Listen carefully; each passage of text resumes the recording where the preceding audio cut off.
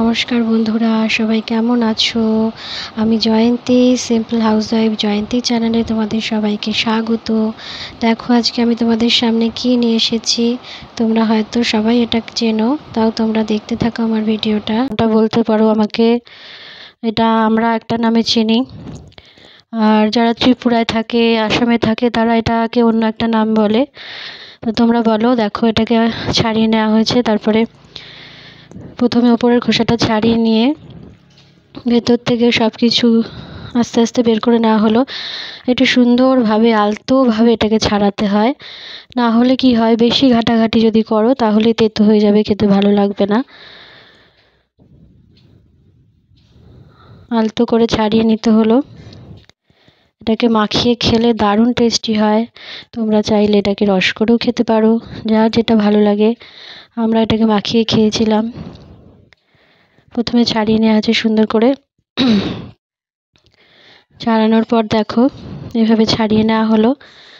তারপরে একটু মিট লবণ, কাঁচা লঙ্কা, একটু সামান্য চিনি আর একটুখানি লেবু পাতা দিয়ে এটাকে সুন্দরভাবে মাখিয়ে নেওয়া হলো।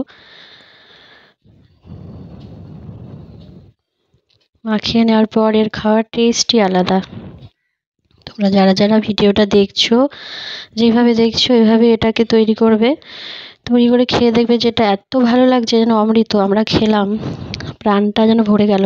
আর শুধু এটা খাওয়ার স্বাদের জন্য না, এটা একটা উপকারী ফল। এটা খেলে মানুষের জন্ডিস রোগ ভালো হয়ে যায়।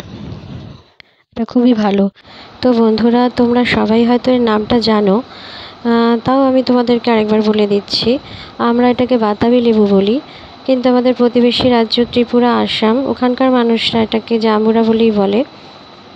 আমার যতদূর সম্ভব জানা আছে, বাংলাদেশের মানুষরা এটাকে জাম্বুরা বলে। যাই হোক, এইভাবে মাখিয়ে খেলে সত্যিই খুব ভালো লাগে। একটা অসাধারণ ফল। তোমরা চাইলে এটাকে না মাখিয়ে নর্মালিও খেতে পারো, সেটাও খারাপ লাগবে না, যদি মিষ্টি হয়। আর যদি টক হয় তখন একটু মাখিয়ে নুন চিনি দিলে এটার স্বাদটা চেঞ্জ হয়ে যায়। যাই হোক, তোমাদের যদি আমার এই ভিডিওটা ভালো লেগে থাকে, একটু লাইক কমেন্ট করে দিও, আর আমার চ্যানেলটাকে একটু সাবস্ক্রাইব করে দিও। তোমাদের ভালোবাসা না পেলে আমি এগিয়ে যেতে পারবো না। তোমরা আমাকে ভালোবাসা দিলেই আমি হয়তো অনেক দূর এগিয়ে যেতে পারবো।